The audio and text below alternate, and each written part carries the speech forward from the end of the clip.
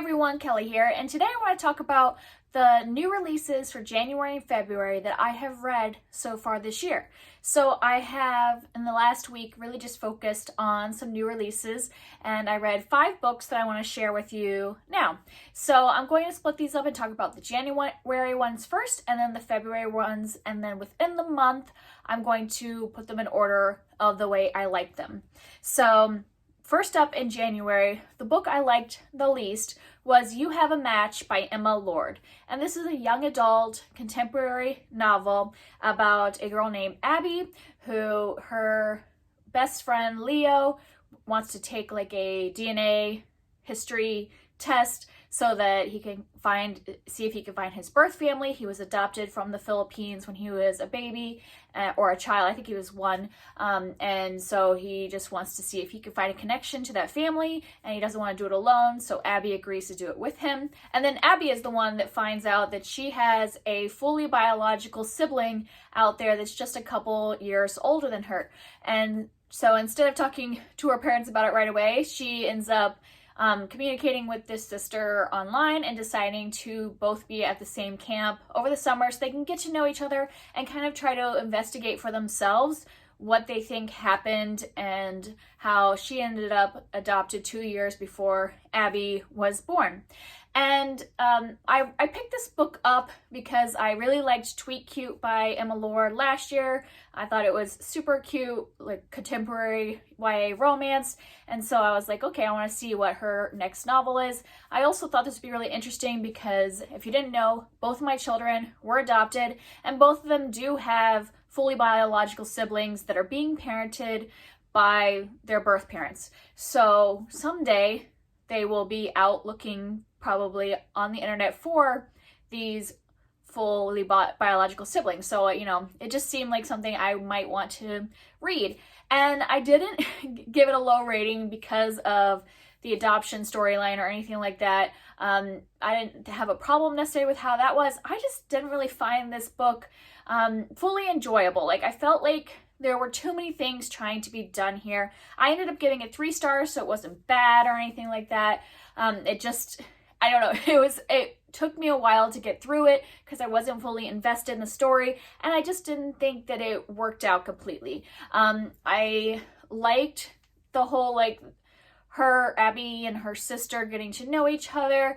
The ultimate outcome of that storyline with the parents and the adoption and everything was fine. I mean, I think it could have been delved into a little more, and I think part of the problem is that the book didn't just focus on that. The book also had this romantic subplot between Abby and her best friend Leo, and I just think that maybe the romance was not necessary at all, or should have given, I don't know, either the book should have been longer and given even time to both the sibling relationship and the romantic relationship. But as it was like we were in this moment with her and her sister and with that kind of stuff, and then all of a sudden we would have this short scene between her and Leo that was supposed to be building the romance, but I felt like those scenes were so short and so far between in the book that it felt like it was shoehorned into the book to have this romance. I think the romance could have just been taken out completely, and it's been just a family type coming of age kind of book, and it would have been better because there would have been more focus on that part of the storyline. As it was, not that the romance was necessarily bad, I just didn't feel any connection between them because they hardly had any scenes in the book, and the author almost seemed to try to be doing a love triangle towards the beginning, and that definitely was absolutely unnecessary. So yeah, I just didn't think it really pulled together as a solid book for me personally. And next I read Tales from the Hinterland by Melissa Albert. This is a collection of fairy tales in her world of the Hinterland. So that was from the books The Hazelwood and The Night Country. I read both these books and I really loved The Hazelwood. And one of the main things I liked about these books were the dark fairy tales that were in there, because they weren't happy fairy tales at all. I loved how they were dark and creepy and atmospheric, and so I was really excited to pick this up, and it didn't disappoint me. I gave it 4 stars. I might get myself a copy of this because this is a gorgeous book and it has beautiful illustrations if I can find some. So at the beginning of each story there's a full 6-page illustration. And so I think the book itself is really beautiful, and the fairy tales were all really fun and enjoyable. I just don't know if reading them all in a row was necessarily the best way to read them, but I do think this was a really good addition to the world, and if you like dark fairy tales, definitely pick this up. You could read this without reading the series, but a couple of the fairy tales in this would spoil things from the books, just based on the fact that the people in the fairy tales are characters in the book, and so you would know their full story. But if you were never planning on reading the duology, you could pick this up on its own, or if you read the first book and didn't want to continue, you still could pick this up. There's nothing that would be confusing about this. This is just a collection of fairy tales, and I found it really enjoyable. And then the last book I read for January releases was Remote Control by Nnedi Okorafor, and this was my favorite of this whole video of all of the books that I read, new releases. This book was so good. I gave it 4 stars, but I don't even know. It might be bumped up to a 5 the more I think about it. I just finished this yesterday, so I might end up reconsidering that rating because this was so good. Nnedi Okorafor just comes up with these really inventive concepts. I think that she does an amazing job with her characters and really like pulls you in right away with the characters. I would say that this book really focuses on the character work and not necessarily the plot, because there isn't like a big overall plot that we're like finding a conclusion to or anything like that. It's really just about our main character and her life and following her. And this is a very short book, if you couldn't tell. I think it's only 150 pages, so I don't want to give a lot away. But we're following a girl named Sankofa, and that wasn't her name originally. She can't remember her name. She was like a regular child living in Ghana, and then when I think she was 5 years old, something happens to her, and she forgets her past and becomes this person, Sankofa, who has this ability to basically kill with this glow she has inside her body. Like her body radiates this glow, and this is just her life wandering around Ghana trying to find something. I don't want to be too specific, so she's on a quest to get something, and just like the people she meets along the way, the struggles that she goes through. So yeah, it's really just more about the character and not necessarily overall plot, but I just think the way she writes is so beautiful, and the characters are so well done in this one, and I would highly suggest it. It's short, so pick it up.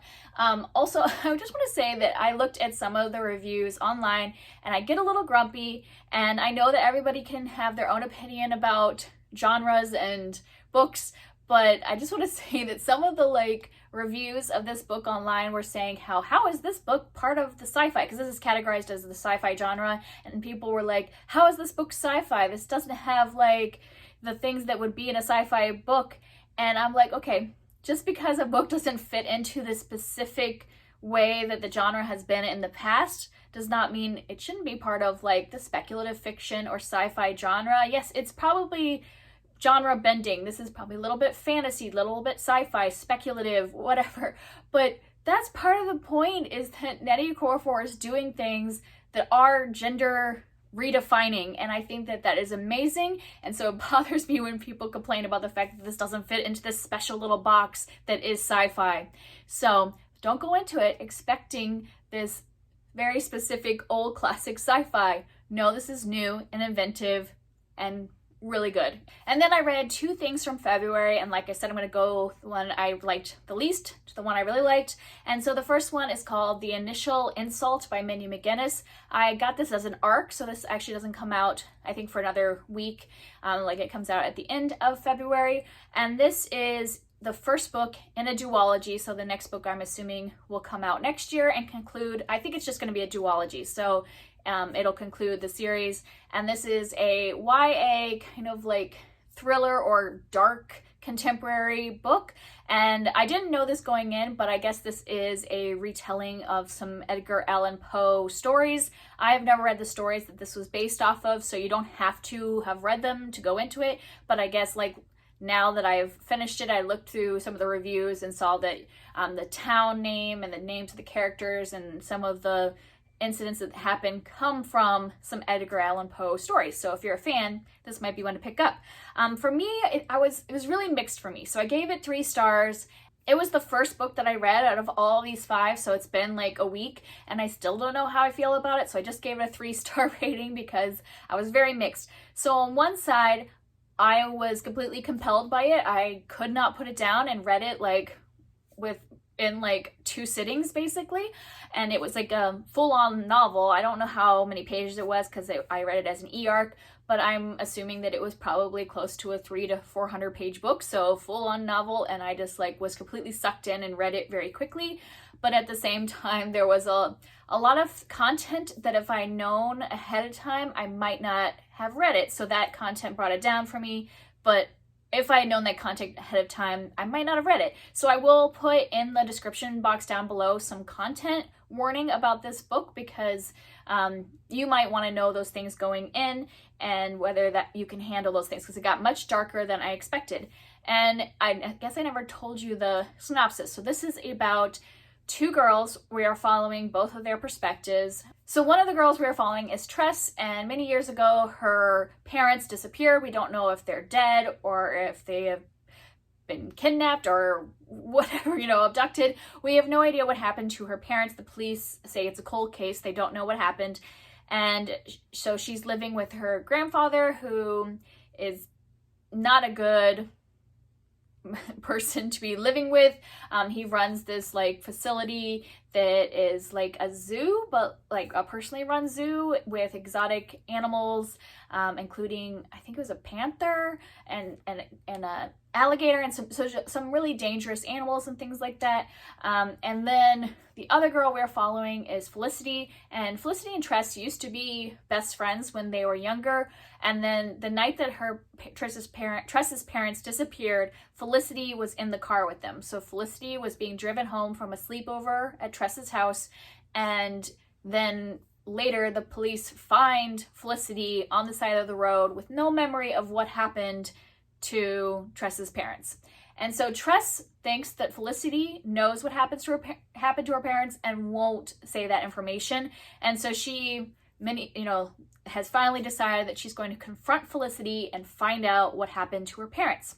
And that's about all I can say about the description without giving away more content warnings or spoiler events later in the book. So I will put, like I said, some content warnings down in the description box if you would like to check them out. I might not have an exhaustive list, so you should also check online, but this definitely takes a dark turn and is not fluffy at all. Like, this is definitely a dark book, so just know that going into it. But it was compelling enough that I think I'm going to read the second, just because I have to know what's going on. And that's the thing of why it's like I was very torn about it, that like a lot of times I was not enjoying my experience, but I was like completely sucked in and had to know what's going to happen. So yes, I probably will read the conclusion next year, but I didn't really like enjoy my reading experience. Yeah, so take that for what you will. And the last book I want to talk about is Ikenga by Nnedi Okorafor. So yes, I read 2 books by Nnedi Okorafor this month, and this book actually came out in 2020, but then they did a release of the audiobook in February of 2021, and so I was given a arc of the audiobook, and so it is out now. I think it actually came out this week, the audiobook, so I just didn't get it reviewed before it actually released. And the audiobook is really excellent, so I would highly suggest, if you like audiobooks, to do the audiobook, but you can also get a physical copy of the book since it's been out for like 6 months, because I think it came out last summer. And this is Nnedi Okorafor's first middle grade book, and it is excellent. So good. Like I said, she's just very inventive. So this is like a superhero style book. It is about a young boy named Nnedi, and at the beginning of the book we find out that his father, who was the chief of police, was killed, and they don't know for sure who it is that killed his father, but Nnedi suspects it's one of the main criminals in the area. There's like this criminal ring. I think there was like 4 of them that were named, and Nnedi just knows in his heart that it was this criminal ring that caused the death of his father, and he's feeling a lot of anger and helplessness because he can't do anything to avenge his father's death as a 12-year-old boy, and because the police don't seem to be following up on what happened in the murder.